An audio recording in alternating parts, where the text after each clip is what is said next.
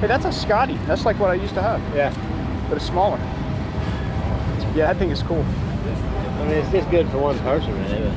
But I mean, two could sleep in there, but no shower or anything. It'd be crowded.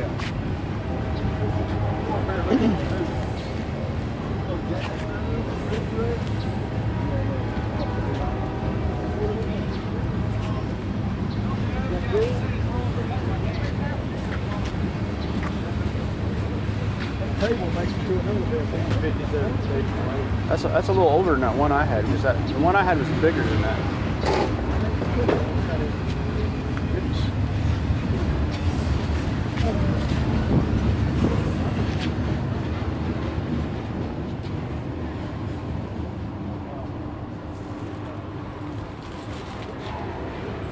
Yeah, that thing's cool.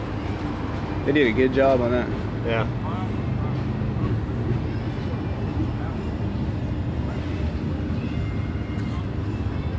What do you say this is a 57?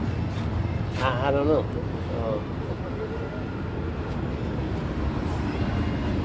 I wonder if that bed makes up into sofa or something. Yeah, I think it does. It's got a dinette on that side. I can't believe it's got a little stove in it and everything.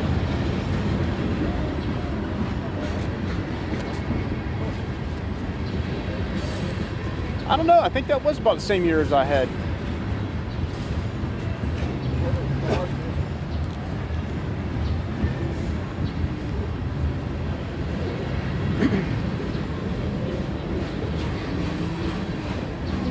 A lot of polishing, I bet.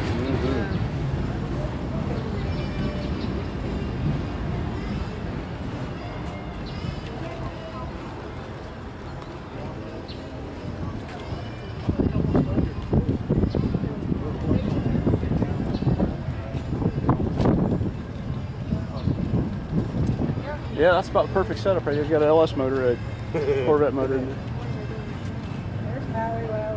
What year's your Scotty? This is 62. 62. Very nice. I bet it took a lot of polishing to get it that way. Huh? Well, I have to polish it every year. Oh, you do? And yeah, it oxidizes. And it's not really, it really actually, I'm in the shade, it looks better than it really is. It's just, I just can't seem to find anything to protect it. Well, to bring it, I mean, it needs to look a lot better than it does now, but it's just, I tried everything, and it gets in the sun, you can really see it. It's kind of spotty looking and everything. They have something called shark skin or something like that. I've tried everything. Try that? Oh yeah. I kind of think it may be. You know, that aluminum was used. It was leftover stuff after World War II. Yeah. It was slated to go into airplanes, and they different parts of the country made aluminum. And and a lot of that stuff was hodgepodge. In other words, these trailer manufacturers went in business. Yeah. They bought aluminum wherever they could buy it. There's a lot of it. And I kind of think it's just maybe a lower grade of aluminum than some of the other stuff that really polishes up. Sure is sharp though. Thank you. I know it's a lot of work, but man, it's totally worth it. Yeah, I would never ever do another one. Do you use it or just I do. show it? Yeah. You do use it? I used it night before last. Yeah. I got a little air conditioner that I didn't bring it with me, but I slide under the bottom and it's got a way to access it. But yeah. We go to Fort Walton Beach and camp it in. Take the air conditioner. I had one I forgot what year it was, like an 80 model. And it was a lot bigger than that. It seemed like it was taller or something like that. Well, I see a Scotty is the reason I wanted to get one of those is because it's got the sunken floor in it, and then when you have that, naturally it's not as tall, so you get in a regular standard garage. Yeah. And that's the only one you get in a standard 7-foot garage. Everything else is too high because they don't have a sunken floor. Yeah. And that's the reason I wanted that, because it's so low. It's perfect. I'm actually I'm taking a 10-foot box truck and building a camper out of it. So that's my project right now. Okay. Yeah, like a little, AC truck or something like that. Right. Yeah, and I started with one of those, and it progressed to a Class B RV, and that wouldn't, laid out like I wanted to. And I started looking at those little box trucks, and it seemed like perfect amount of space in there. So I built like a little dinette in the back of it. Oh no, you can do nowadays. You just do so much. and then you can extend it onto the outside, like wherever you get where you're going. Yeah. You got kids? Yeah. Yeah, and see, they love the little outside area and everything. So I mean, it's we have so much fun with this. We go all over with it. Yeah, I love the colors you picked out with that you. aluminum and everything. Yeah, It's that's a perfect mistake. color. Well, actually, my dad, he bought this car new, and so I painted it back to his original color. Yeah. So I didn't really have a choice there because I wanted to go original. But too many people make the mistake of trying to match their car to the camper. Like they say, well, I'm gonna get a red car and I'm gonna paint my camper red. Well, it looks oddball. Yeah. You don't ever need to do that because that's not the way it was done. When if you're gonna do it, you need like a blue car and a green camper, or it needs contrast because it just don't look right. It looks like you went out and tried to match something. Yeah. So Very I tell tasteful. people, man, don't ever paint the same color your car. It won't look right. Just show them this, and that's a good example right there. Yeah, this is very tastefully done. Yeah, but luckily, the aluminum will go with anything. Mm-hmm. And Scotty, they made actually that camper new there was $625 because it was unpainted, and they didn't paint 10% of them. The ones that were painted were $700. So the ones that were painted was $75 more than this one. Yeah. So only 10% came unpainted. Wow. Yeah. You can't find these things now, huh? Not the 62 models and stuff like that. The 60, they start getting plentiful around 69, but they start looking more modern, and the 62 was the last year that the door didn't go all the way down. That makes that one look a little more strong. But yeah, what it is, they're hard to find, and then I put two together when I built that one. Found two just like. Yeah. This one didn't have the side over here. It was missing. So I think total I had about $1,600 in those two. How much on two? About $1,600. Yeah. In those two, and then put about $4,500 in. And believe it or not, there's 18 sheets of plywood in that thing. 18? Because the walls built out The walls, of... Yeah. the floor, the top. So you just totally redid the whole thing? Oh yeah, I had to take. I took. See, what that thing does is the plywood rocks behind the aluminum, so you can't just repair the plywood from inside. I started. That's what I ended up getting rid of mine. I started getting into it, and it got so bad. You got to take all those skins off. Yeah. Take all the wood. I just went down to the frame, and then I saved all my plywood for patterns, and then I had all my aluminum off. So I had a big table, so I started compounding and buffing while those skins were on the table. Yeah. Because it's easier to do this than this. So that helped me a lot. And then I just went back with it, and all my patterns were good. And you put the skins back on it. And Use stainless fasteners for the... I did. Yeah. It had rivets, and then they came out with it's a screw. No, it was a nail. It was a nail. You ever seen aluminum siding nails where it's got a swivel on it? That's what it came with. And so now they make a square-headed screw, the stainless steel that takes place of that. Mm-hmm. It kind of looks like that because you don't want to put those nails back in there. Yeah. Yeah, I bet you it was a nightmare trying to pull those out and put them back in without bending the aluminum and well, that keeping strip everything there, that's one single strip, and I don't remember this side or that side. On the bottom, it was so badly mangled up, I just had to cut it off and take it and straighten it out and put it back on because there was the whole strip gets so gangly when you're trying to buff it and everything. It's just so long, it's curved. And, but I was lucky because they sell those, but they only sell them in 10-foot sections because of shipping. And that there, I think that one is 19 foot. Wow. So it's very uncommon to see a single piece. Yeah. On that outside motor. Well, I tell you the most interesting story is the bumper. A lot of those things didn't come with bumpers on them, and that one didn't either. And I wanted a bumper. I just wanted a bumper, the practical uses and for looks. So I'm always going through these. Used to, now this was 10 years ago. Used to, you had these salvage yards, and people let you go in and just scavenge. Now, because because liability, they don't do it.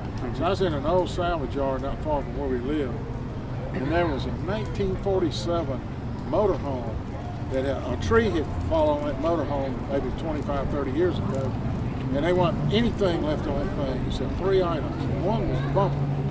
You never see car bumpers. That bumper there is 6 foot wide. Car bumpers about 5. So there was no way I could ever get a car bumper. So, but anyway, that motorhome had that bumper on the back, and I got that bumper and had it re-chromed. And then those lights on the top right there, those 2 lights were left on that motorhome, and I got those. And they're all off this. Of that 47 motorhome. Yeah, cool. But the bumper, everybody wants to know where I got the bumper. It's in the skies because you can't find it. Well, there's a wheel, there's a what? Man, I like them. I just like to do things a little different. You know, just not necessarily the easy way. Yeah, it's the little details that make it stand It out. really is. Yeah. You know, you just they don't weigh but 1,000 pounds, and we go everywhere. It's so much fun. I love the interior color also. Is that factory? No, actually it had gray interior. Yeah. And like I said, my dad bought it new, and I wanted to try to do everything. I wanted to look just like it did. But with green,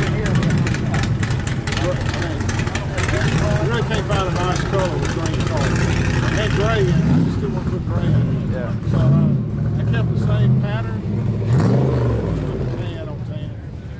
My wife actually had a 2000 Impala, and I copied the colors off that Impala. What's the color green you have there? It's called Willingham Green, and that it was named after the factory where this car was used.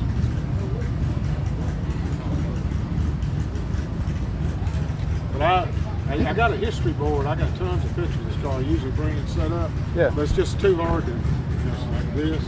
But I got a picture of Mom and Dad on their honeymoon in it, right in front of it. Got a picture of me on my tricycle in front of it, and I still got that tricycle. So that was my first. They brought me home from the hospital in that car. Yeah, that's cool. Right. Yeah. That holds a lot of memories. It does. Yeah, I think I've seen you up here last 3 years that I've come in. You were over there in that area, Yeah. I think. Yeah. In fact, when I first started getting in this camper thing, and when I saw this, and I was like, man, I got to get one of those. Let me tell you, I've led many a men astray. They'll come see this, and they go buy one, and they just don't know. Yeah, that's. They just, I mean, it's hard to. I mean, you get all fired up, and Consumes you. but you can't. I say I never quit on anything, and I was so. gonna say it consumes you. But you just, I threw my hands up in the air a couple times on that one. It's so funny. I had my pattern on this side right here laid out, and the bottom was rotted off. So I couldn't really, being it was square, rounded on top, I couldn't really get that thing exactly right. You know, I thought I had it right. So I glue all my, it took me 3 pieces of plywood on this, glue them all together, screw it to the camper, and my door's crooked. My door's like this. My window's like this. Oh man, I'm thinking. And I got my level, put it on the floor, put it on the door. Man, I just can't figure it out. I already cut the holes in it. So come to find out, that back part, it rotted out. Yeah. So I went too far down with my pattern. I didn't allow for that rotting on the bottom enough. So when I saw that, I lifted back up, then my door and window squared up, then I had to add a piece on the back. But for days I'm thinking, I look at it, it looked like a cartoon camper that door was crooked. Was I drinking when I cut that? But I just went over that thing. I'm thinking, man, why is the damn door crooked? You know? And that's what it was. The bottom had rotted out, and I didn't compensate. Oh, okay. That's when you have to take a step back and take a break from it. See, as big as I am, getting in there sanding and everything, you know, it's just, I'm just resting here. man, 62 years old, it's hard. I can't get out like I used to, you know. But it's worth it, because We have tons of fun. Oh yeah. Now I have to ask you, if you see hailstorm coming or something, what do Well, you? the back's got a bunch of hail on it. Yeah. I saw that. What I did, when I had those skins off, I got as much as I could out. I got me a socket, about a 1-inch socket, and I rolled it on the back. Yeah. And but if you're not careful, that stuff will stretch. When hail hits it, it stretches. If you're not careful, you'll get it too far the other way. So I talked to a lot of people, and they said, "Man, don't try to get it perfect, because you don't want it to look perfect." No, it would look funny if it was perfect. Funny. Yeah. And I've seen them where people spend a lot of money getting those skins re-braked. They're brand new, and you pull up, something ain't right about the camper, and that's what it is. You want that patina on there. Yeah, use original stuff. Yeah. Are you ready to walk back down the other way? Sure, I guess Where you y'all can find the from? rest of them. Atlanta, just below Atlanta. Okay. How about you? Meridian, Mississippi. Mississippi. Okay, so you don't have too far to go. Not too far. That's cool. I should show you my project. I have a YouTube channel where I'm building my camper and everything. Oh, you do? Yeah. You don't mind if I use our video, do you? No. I've been filming this and everything, and I know a lot of people would like to see this. Oh, yeah. Feel free to. Let me